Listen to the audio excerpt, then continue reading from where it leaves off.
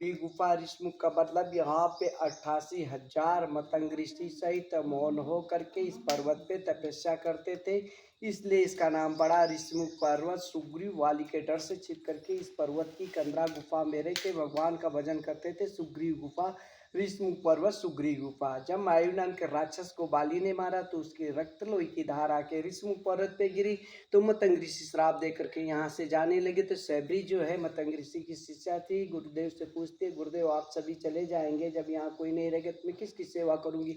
तो मतंग ऋषि ने सबरी भेलनी को समझा के उसकी जन्मभूमि भेज दिए, जाके तपस्या कर, जब भगवान का अवतार होगा तब तेरा उद्धार होगा। तो सबरी किष्किंधा ऋषिमुख पर्वत छोड़ के अपनी जन्मभूमि जाके जंगल में भगवान का तपस्या करने लगी।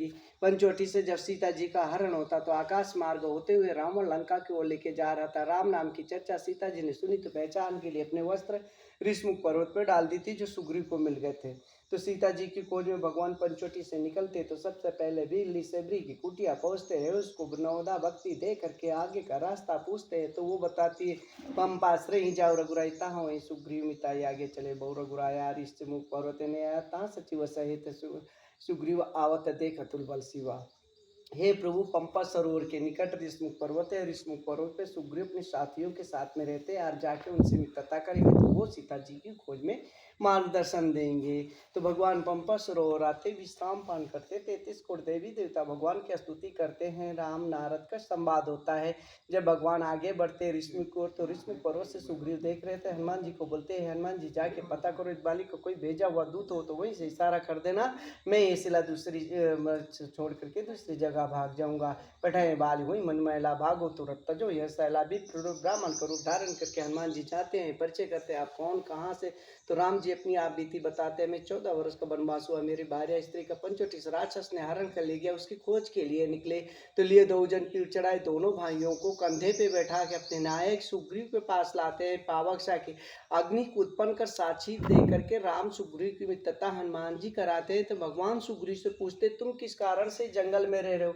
तो सुग्रीव अपना कारण भगवान को बताता रहने का।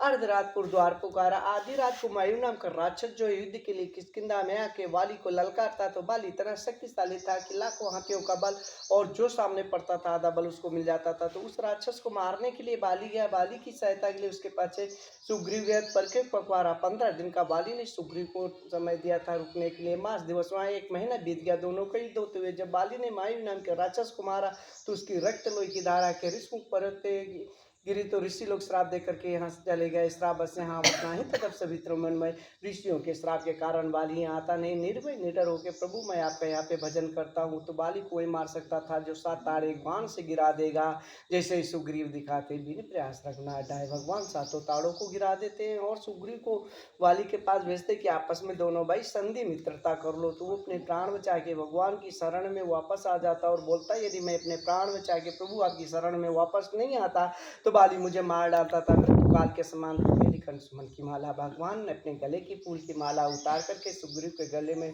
डाल करके पहचान के लिए फिर से भेजते हैं। नाना बीत भाई लड़ाई बेटा पोड़ते कह रघुराई, नाना प्रकार से दोनों भाइयों में युद्ध होता और भगवान पेड़ की ओर से देखते, जब जानते सुग्रीव नहीं जीत पाएगा परा विकल मई सर के लागे, जैसे भगवान का पार पड़ता मृत्यु सैया पे वाली पहुंच जाता और पूछता कि हे प्रभु आप किस कारण से मुझे मारा, मैं बैरी सुग्रीव प्यारा, मैं बैरी हो गया, दुश्मन हो गया, सुग्रीव आपका दोस्त और प्यारा। भगवान बोलते सुन, अनुज वधु भगनी सुतनारी इन्हीं कुदिष्ट बिलो कहीं चारी। अनुज बोले छोटे भाई की स्त्री को तूने रख लिया, तुझे मारने में कोई दोष पाप नहीं है, यदि तू जीवन दान प्राण दान चाहता बोल मैं तुझे वापस कर दूं। तो बोलता तीनों लोग के नाथ मेरे सामने खड़े हो, मुझे प्राण दान की आवश्यकता नहीं। क्यों, जन्म जन्म मुन जतन कराही रामंत की आवत नहीं, जन्म जन्मांतर ऋषि मुनि तपस्या करते हैं, अंत समय में राम का नाम नहीं निकलता है। प्रभु आप तो अपने धाम भेज दो, मेरा बेटा अंगद अपनी सेवा में शरण में रख लो।